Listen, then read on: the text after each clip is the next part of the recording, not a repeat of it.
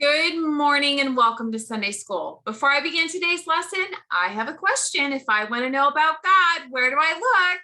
In the Bible. The Bible tells me I can look at what God made and I can figure out there is a God. I can figure out he's big and strong, but that's all I can know from looking at creation. If I want to know if God loves me or what sin is or how to get to heaven, I have to look in the Bible. Well, we are to Matthew chapter 15. So grab your Bibles and open there. So when we left off last week, Jesus had been questioned by the Pharisees about his disciples not doing the extra washing of their hands to get rid of all the Gentile germs that they would have encountered in the market. Because remember, they thought being around Gentiles made them unclean, not ceremonially unclean that they couldn't be in the temple, but unclean enough that they needed to have an extra washing before they did things like eat. So right on the heels of learning about that, Matthew is going to give us two examples of Jesus ministering among Gentiles. So let's have that in our mind as we start today's lesson, that both sections are about Jesus being with Gentiles. And let's see what we learn as we watch Jesus with these Gentiles. So Matthew chapter 15, starting in verse 21. Leaving that place, Jesus withdrew to the region of Tyre and Sidon. A Canaanite woman from that vicinity came to him crying out, "Lord, Son of David, have mercy on me. My daughter is suffering terribly from demon possession."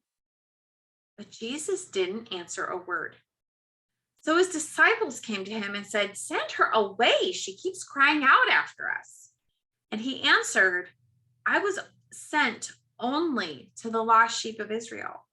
But the woman came and knelt before him and said, "Lord, help me." And he replied, "It's not right to take the children's bread and toss it to their dogs." "Yes, Lord," she said, "but even the dogs eat the crumbs that fall from the master's table." And Jesus answered, "Woman, you have great faith. Your request is granted." And her daughter was healed at that very hour.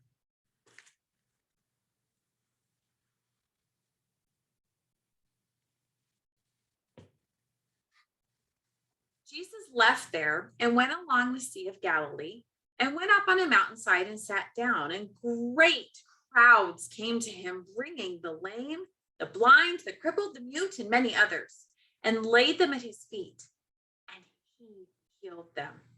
The people were amazed when they saw the mute speaking and the cripples made well, the lame walking and the blind seeing, and they praised the God of Israel. And Jesus called his disciples to him and said, "I have compassion for these people. They've already been with me 3 days and have nothing to eat. I don't want to send them away hungry, or they might collapse on the way." And the disciples answered, "Where could we get enough bread in this remote place to feed such a crowd?" "How many loaves do you have?" Jesus asked. 7, they replied, and a few small fish.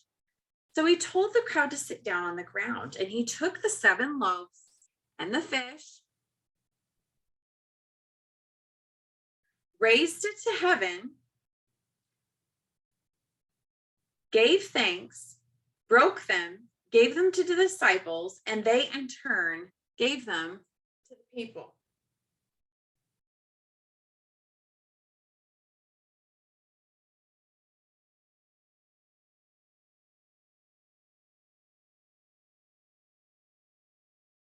And all ate and were satisfied.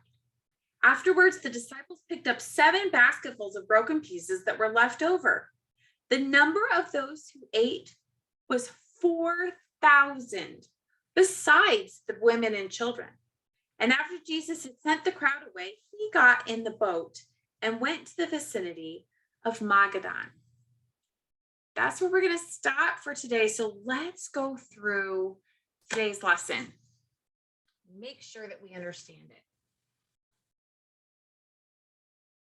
So when we started off, Jesus had left the region of Israel and had withdrawn to Tyre and Sidon. And if you don't know your geography, then that doesn't mean anything to you. But Tyre and Sidon are 45 miles approximately north and east of where Jesus had been in Capernaum.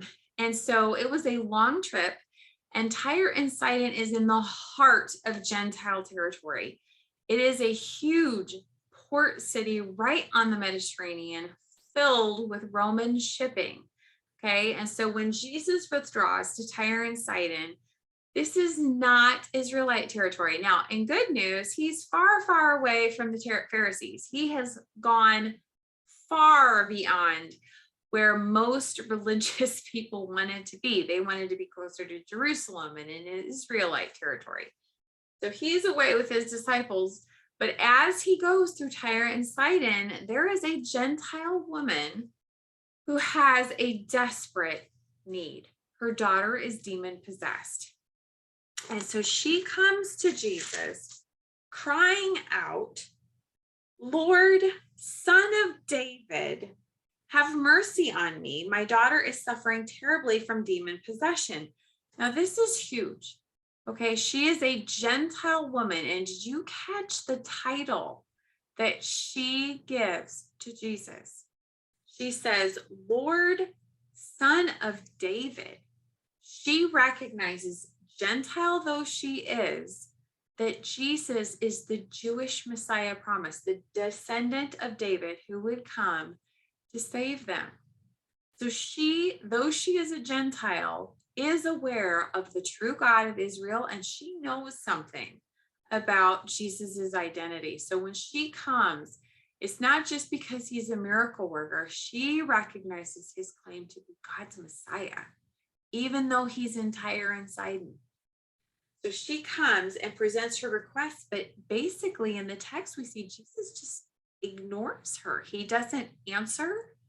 The disciples are starting to get frustrated because she keeps crying out. And finally, they just say to Jesus, "Why are you just send her away?" They don't expect Jesus to do anything for the Gentiles. They expect him to ignore the Gentiles.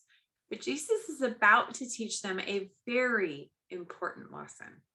So the woman comes forward to Jesus, presents her request again. And Jesus gives her the polite answer, "I was sent only to the lost sheep of Israel," meaning, I can't help you. You're not Jewish. And she doesn't take no for an answer, does she? She looks right back at him and says, "It is, Lord, help me again." And now he's going to give the not as polite answer that the disciples would have expected him to give. "It's not right to take the children's bread and toss it to their dogs," meaning, I only have enough miracles for the Jewish people. I'm only sent to the Jewish people. You're a Gentile. I'm not going to help you. And she responds with unbelievable faith. She says, "Yes, Lord." She never quits calling him Lord. "Yes, Lord. But even the dogs eat the crumbs that fall from the master's table." She says, "I still believe. I believe even though I'm a Gentile, you will still help me because you're Messiah. And Messiah is not just to the Jews." She understood, Gentile though she was, that not only was Jesus the Messiah, the Jewish Messiah God had promised to send, the descendant of David, but she also understood God's heart for the Gentiles, and that she still had reason to hope because she knew more about the God of Israel than the Israelites did. And so Jesus answered, "Woman, you have great faith. Your request is granted." And she goes home and her daughter's healed.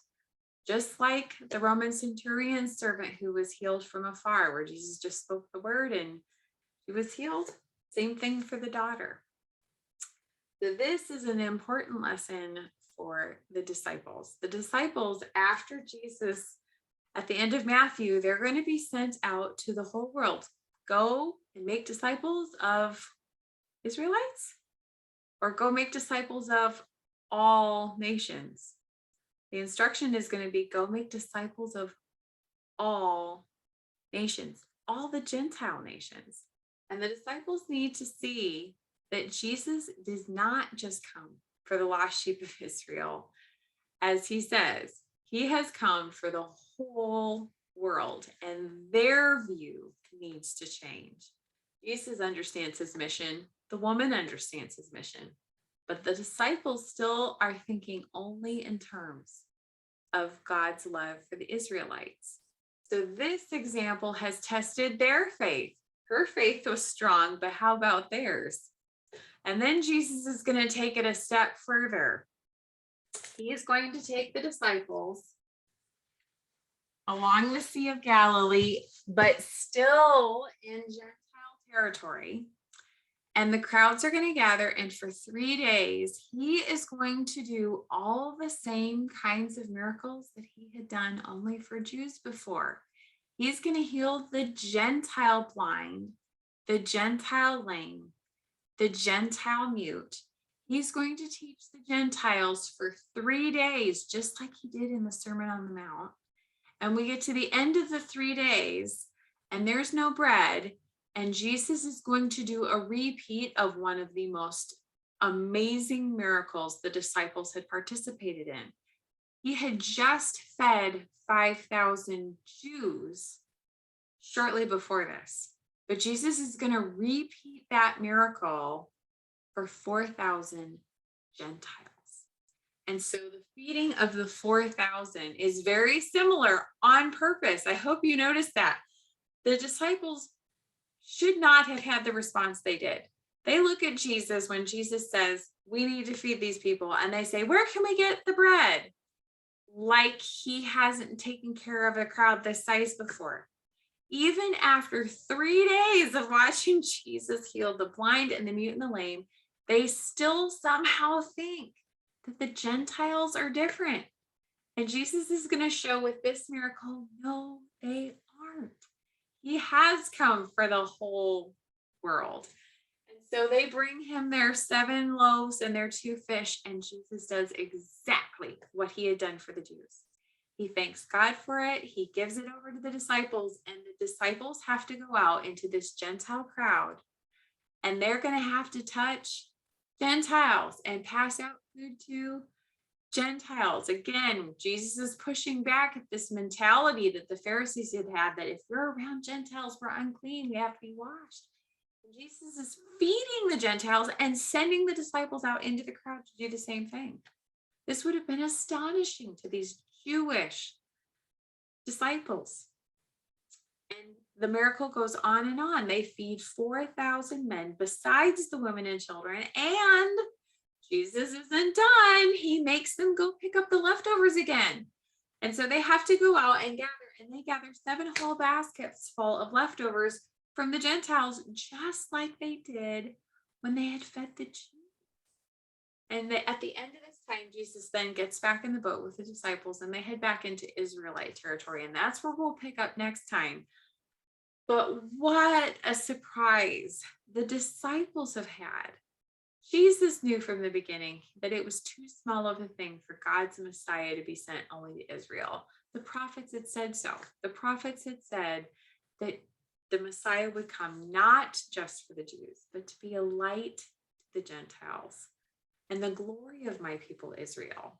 And boy, have we seen that fulfilled in this sequence, where Jesus is now treating the Gentiles exactly the same way he had treated the Israelites, fulfilling all the same prophecies in front of the Gentiles.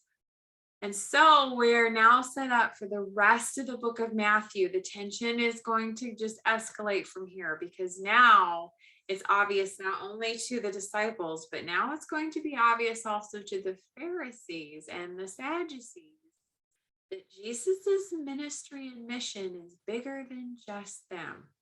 And let's watch and see what the response is from these leaders as they figure out that Jesus really meant it when he said that what made people unclean was not who they were around, Jew or Gentile. It was what came out of their hearts. So let's watch and let's see what comes out of the Pharisee hearts and the Sadducee hearts in the lessons ahead. And let's see what comes out of Jesus's heart in the lessons ahead. Well, thank you for listening. I look forward to seeing you next time as we start Matthew chapter 16.